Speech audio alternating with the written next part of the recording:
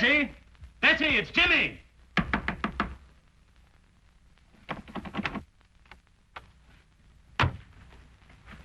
Mr. Durham, something's happened to Betty. Force the door open.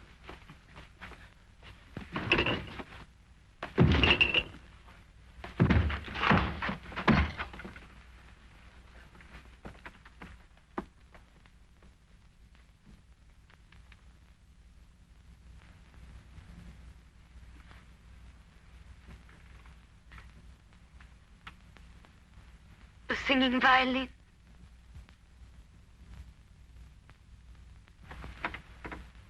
Betty, darling. The singing violin. It was here again. I saw it. I heard it. The singing violin. I heard it. Betty. I saw it.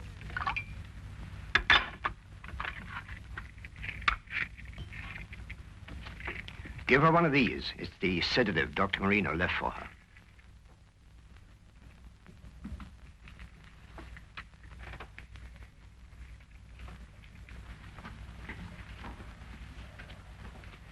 She will attend to my stepdaughter.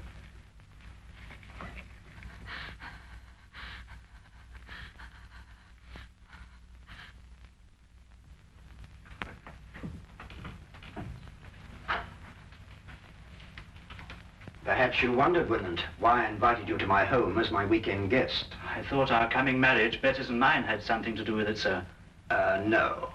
I wanted you to see for yourself why that marriage can never take place. I don't understand, sir. Are you blind, Ronald? After what you've just witnessed, don't you realize that my stepdaughter is losing her mind? She never told me. Naturally. Dancing skeletons, headless men, and tonight, a singing violin. Surely, sir, it must be merely her imagination. Nightmares. But she insists the things that she sees are real. Positive proof of incipient dementia precox. I regret to have to tell you this, my boy. My doctor informs me that in a matter of weeks, if not days, Betty must be certified as hopelessly mad.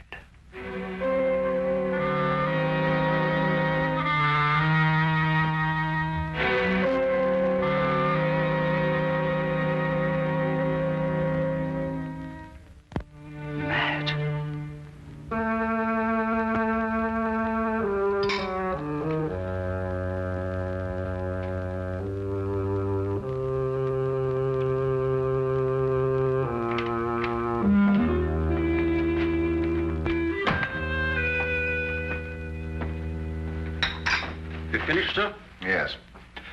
Get out the Thompson file, Wilkins. You know that hatchet killer. Yes, sir. Mr. Holmes did a neat bit of work on that case, don't you think, sir? Might I remind you, Wilkins, that Scotland Yard also worked on that case? Yes, sir. What shall I do with the file, sir? Put it in the case's closed file, of course. Very good, sir. Crime seems to be falling off in London this week, sir. It's been a dull week. Yes, it's so dull, I'm going to do something about it. What, sir? I'm going to visit our old friend Sherlock Holmes. I've noticed that when we've got no crime, he has.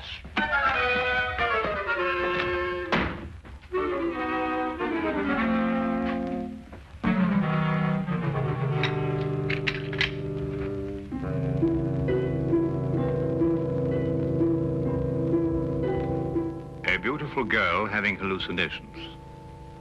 A worried housekeeper. An austere stepfather. A heartbroken boy. A gloomy old house in a quiet section of London. That was one of the most bizarre and terrifying cases ever to challenge the talents of my extraordinary friend, Sherlock Holmes.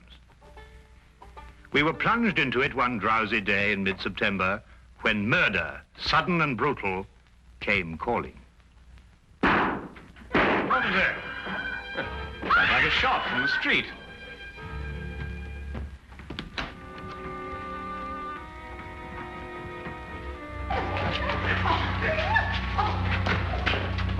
stand back there. Stand back, please. What's happened to your passenger? He's dead, sir. Dead? True enough. He's been shot. What's going on here? This man in the carriage, Inspector. Shot he was, sir. All right, let's stand back here, please. Stand back, please. Stand back. Let's move along here, please. Please. Stand back, please. Move along here, please. Please stand back. Move along here, please. Move along. Officer, Yes, sir. you take charge here. Yes, sir. All right, driver. What do you know about this? I don't know. We were about to have a visitor. Where? What do you mean where? Yes, a young man, but he was murdered before he reached here. Murdered? How do you know?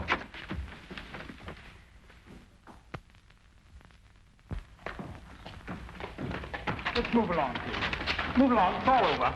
Move along, please.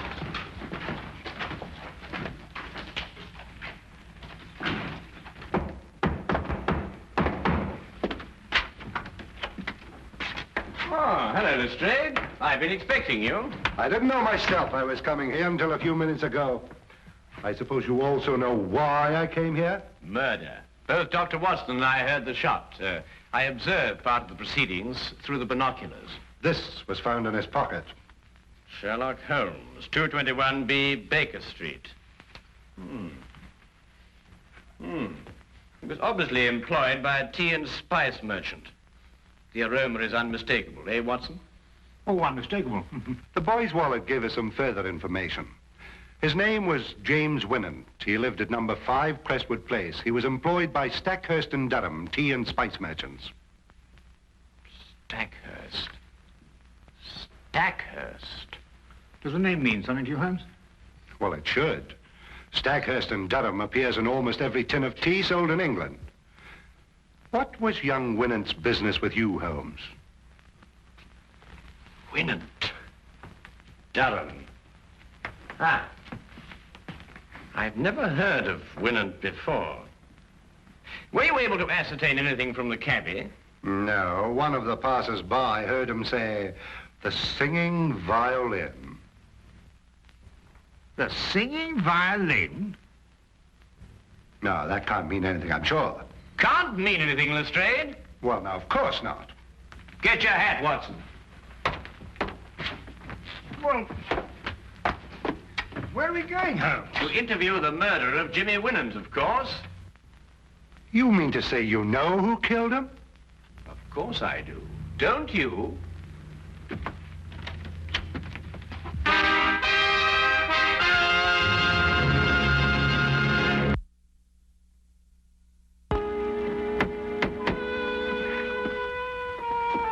Might I inquire who lives in this dreary monument to great wealth? Guy Durham. Durham? Wasn't he one of the partners of the firm that employed young Winant? Yes, the only surviving member. Stackhurst died 15 years ago. Holmes, you said we were going to visit Winant's murderer. I did. Yes? Good morning. I'm Sherlock Holmes, and this is Dr. Watson. I'd like a word with Mr. Guy Durham. Here is my card. I'll tell him, for all the good it'll do. He left word he doesn't want to be disturbed. Come in.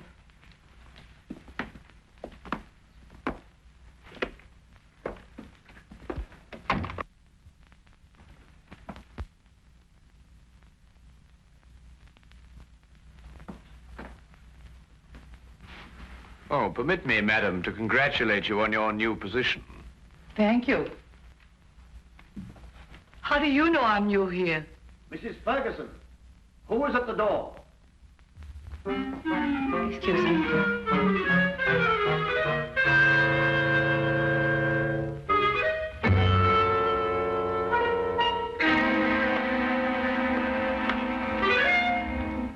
How did you know? Well, she was unfamiliar with the position of the curtain cord. She obviously hasn't been employed here very long. Oh, obviously. I'm sorry, sir, but Mr. Duncan can't... What is the meaning of this? I'm sorry, sir. They pushed in before I could stop them. I must apologize for this intrusion, Mr. Durham, but it's imperative that I speak to you. Oh, very well. As long as you're here, what do you want? I take it you are Sherlock Holmes. At your service, sir. And this is my friend and colleague, Dr. Watson. Pleasure, sir. How do you do? Sit down. I regret to say that I am the bearer of bad tidings, Mr. Durham. Your prospective son-in-law was murdered not 2 hours ago. What? Winant murdered? But, Holmes... The engagement announcement of Miss Betty Durham and Mr. James Winant was published in the Times not 2 days ago. Mr. James Winant was on his way to see me when he was ambushed and shot. But what did he want to see you about? Don't you know Mr. Durham? No. Then perhaps Miss Betty, your stepdaughter, I believe. Yes, Betty is my stepdaughter. I adopted her when I married her mother. Perhaps she might be able to provide some information. I am sorry. I'm afraid I cannot allow you to see her. She has been in a highly overwrought frame of mind of late. Only this morning, under the advice of her doctor, I sent her away for a complete rest. Moreover, it is best under her present mental condition that she should remain in ignorance of Winant's death. Oh, that's most unfortunate. Probably the excitement of her forthcoming marriage brought on an emotional upset. Not only probably, Doctor, but true. And now, if you'll excuse me, I regret I cannot be of any more help to you. Oh, Mr. Durham, what is the name and address of your former housekeeper? Why do you ask? Well, housekeepers are rather hard to come by these days. If she hasn't already found a new position, I'd like to employ her. Oh, I prefer not to recommend my former housekeeper. I had to discharge her for theft. Good morning, gentlemen.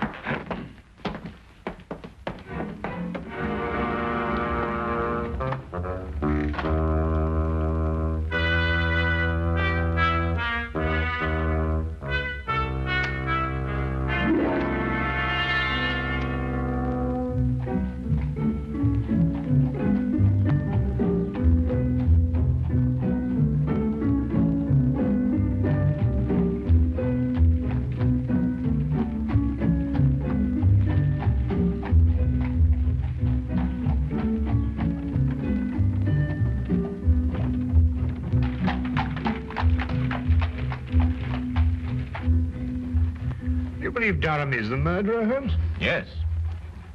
Why are you so sure? Well, 15 years ago, Horace Stackhurst died in extremely mysterious circumstances. Stackhurst? Would that be the Stackhurst of Durham's firm? The same. Shortly after Stackhurst's death, his widow married Durham. And the widow is Betty's mother, I presume? Indeed she was.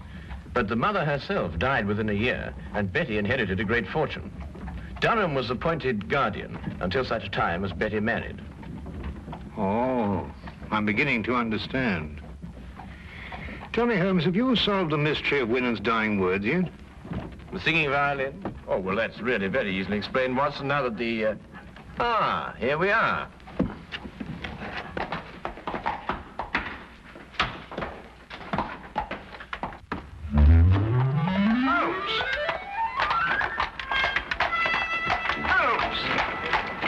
It was just like Holmes to leave me in the middle of an unfinished explanation, bursting with curiosity. But there was nothing I could do about it except wait for his return.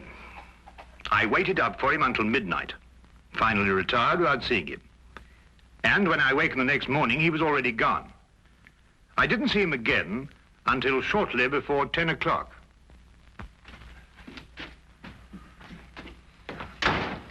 Hello, where have you been? Do you mind going to the window, Watson? What? I've got a surprise for you. Oh, Go on. all right.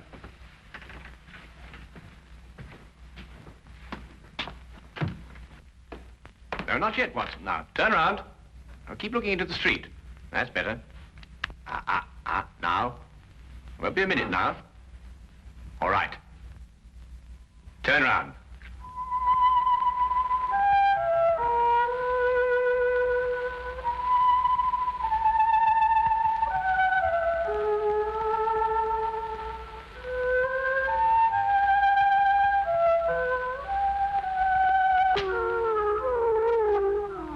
Well, what? A singing violin. Well, that's fantastic. Yes, a fiend with a diabolical mind, our Mr. Durham. Soap on the bow so that no sound should come from it, and this. Come along, Watson. Where to? To complete a plan which this time only you can effect. Oh, really? After you.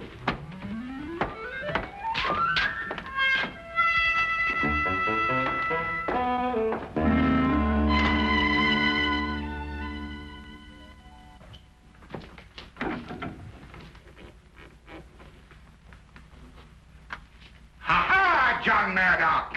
So I found you at last, eh? What? You've been making advances to my wife, and I am going to thrash you within an inch of your life! Wait a minute. You've got the wrong man. Don't you lie to me! I'm not John Murdoch, I tell you. Help! There's a lunatic loose. Oh, so it's a fight you wanted it? I've heard about men like you before. You smiled your last smile, my voyaging vagabond.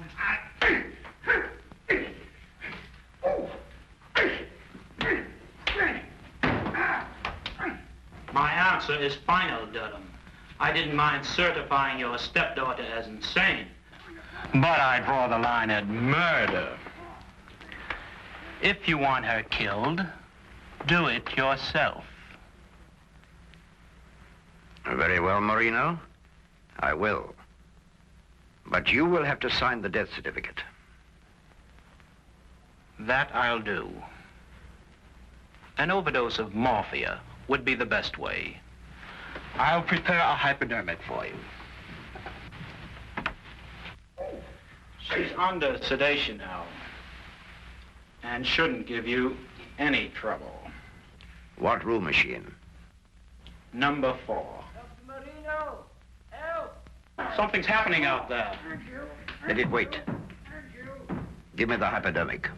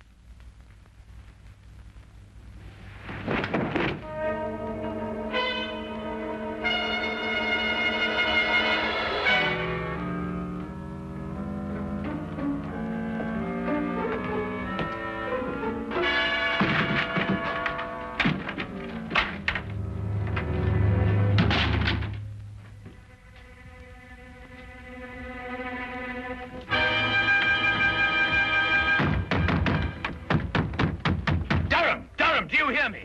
Don't dare touch that girl. Don't you dare touch her. Or by all I hold sacred, I'll kill you.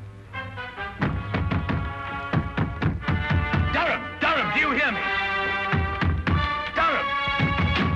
Durham!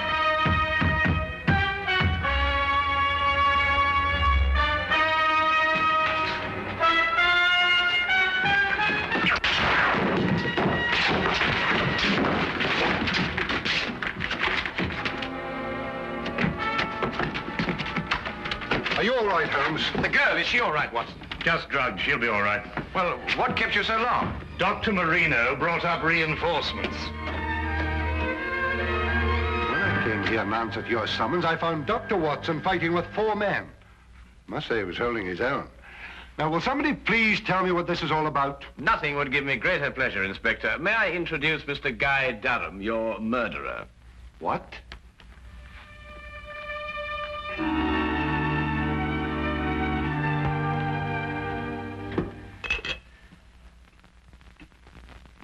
Well, of course, Watson. I knew Betty was in danger when Durham mentioned Marino. I met him before and knew he wasn't a doctor, but a charlatan. Tell me, Watson, how did Betty take the news of Jimmy's death? It came as a terrible shock to her, I'm afraid. Poor girl broke down completely. Well, she's young. She'll recover. And youth has a way of overcoming tragedy.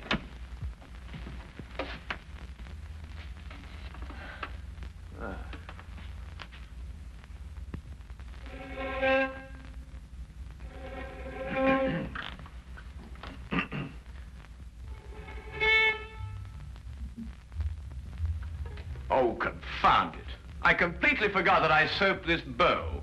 It'll be days before I can play again. Really? A wonderful invention, soap. Has so many uses.